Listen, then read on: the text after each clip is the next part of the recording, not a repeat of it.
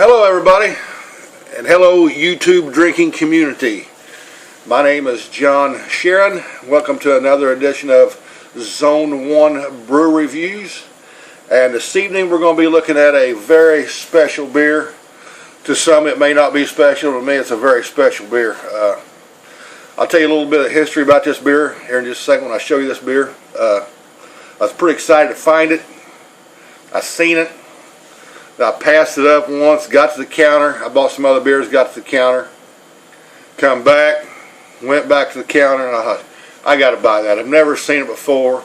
I know it's expensive, but you know, sometimes cost outweighs ignorance, and I bought it. So, what we're talking tonight here, and then I'm going to tell you a little story behind this beer. It's called Bass IPA. Tell you the rest of the story about this beer. I posted this beer on my beer channel. Seeing if anybody's seen it. Nobody's seen it. One person had and said it was pretty good, but the rest of the people said no, they've never seen it. And I posted on a hangout group that I'm on, and one person seen it.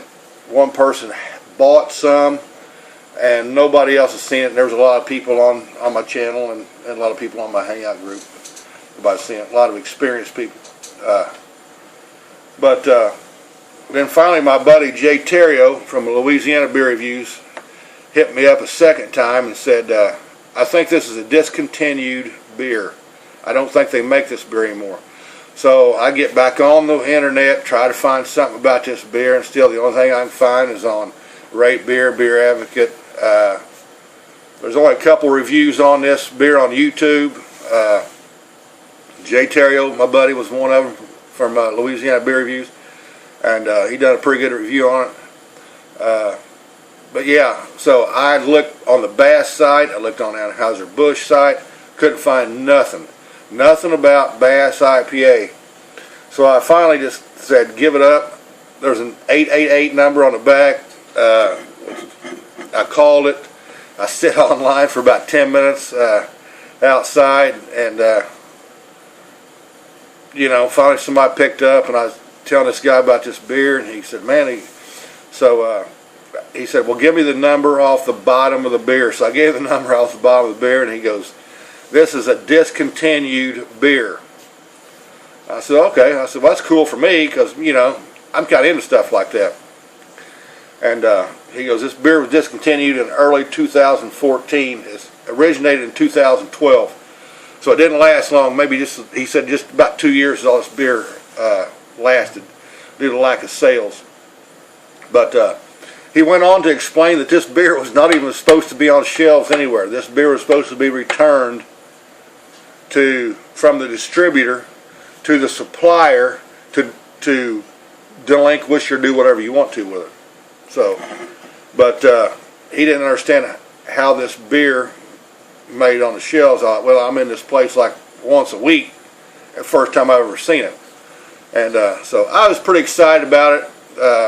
I know it's an IPA, and I know it's over a year old, but you know, I gave a real good friend of mine one the other night to try before I was going to try one. Not just to make him sick or nothing, but you know, I was home. He was getting ready to go out and have a couple beers with another buddy, and I said, take this way, you guys try and enjoy it. And this is all before I knew that was outdated beer. But anyway, so it's kind of cool for me because I'm kind of into this stuff. Oddity adjunct lagers or oddity beers or whatever. That's kind of my thing. But I'm glad I still got a few left, because I definitely want to keep an unopened one to put in my collection.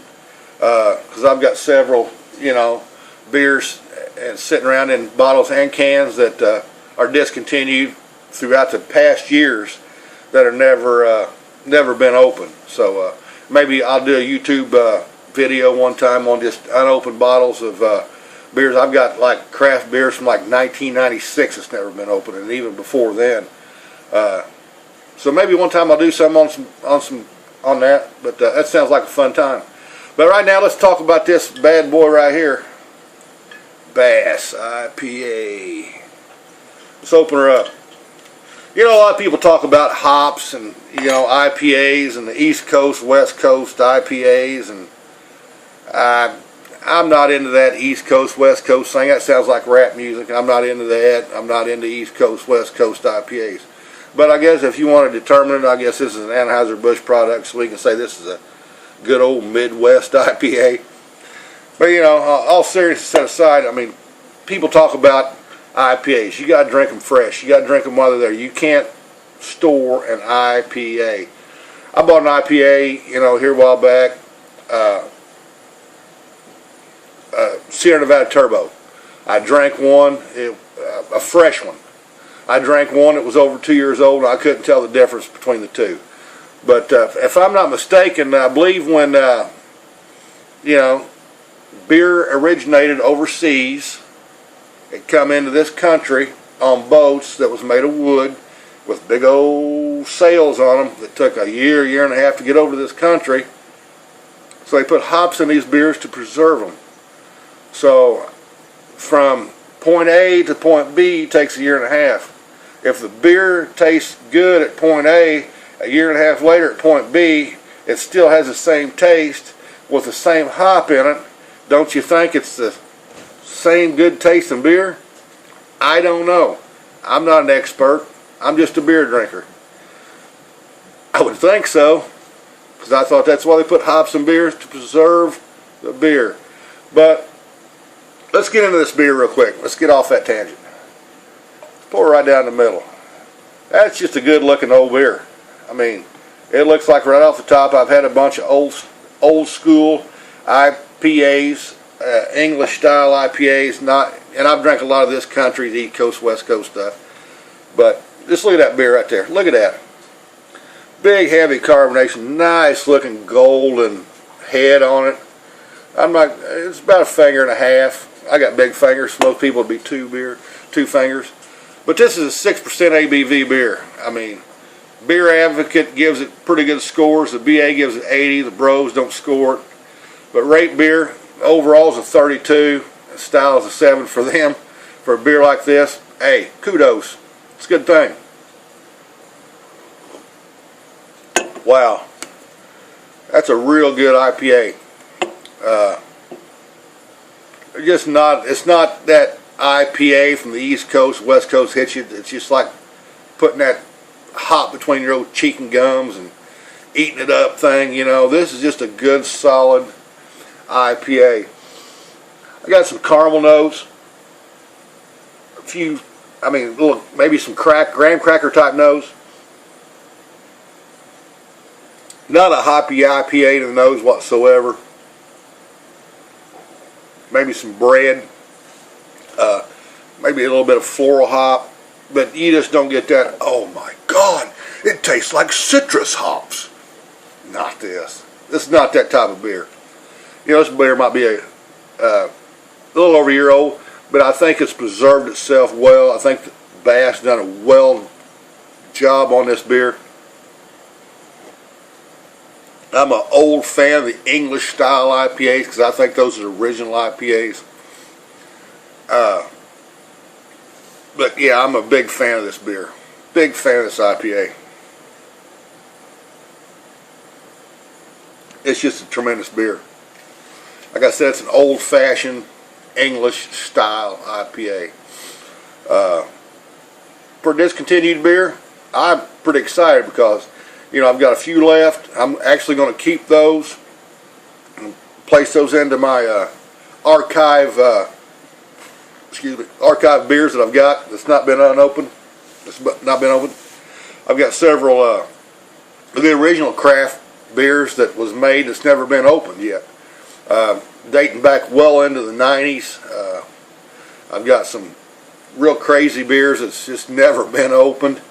A lot of cans and bottles, and you know, I really like to sit down here the next couple of weeks, kind of go through those, and maybe do a YouTube video on just showing you some of my beer cans, my beer bottle collection.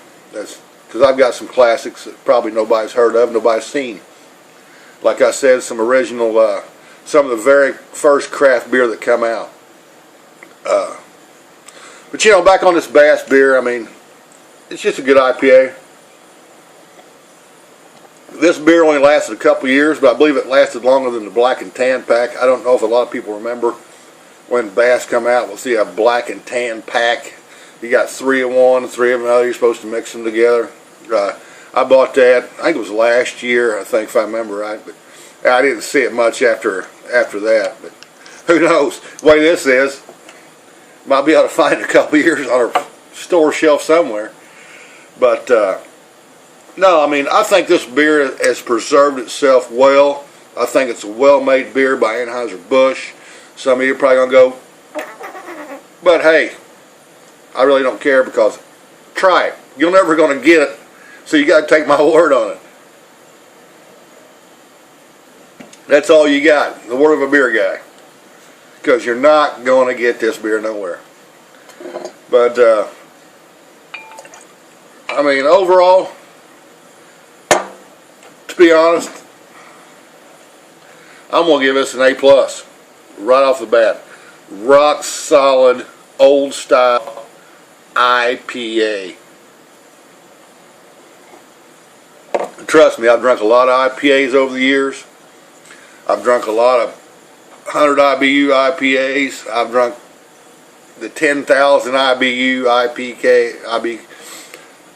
IPA. But, you know, I mean, this is what I enjoy right here.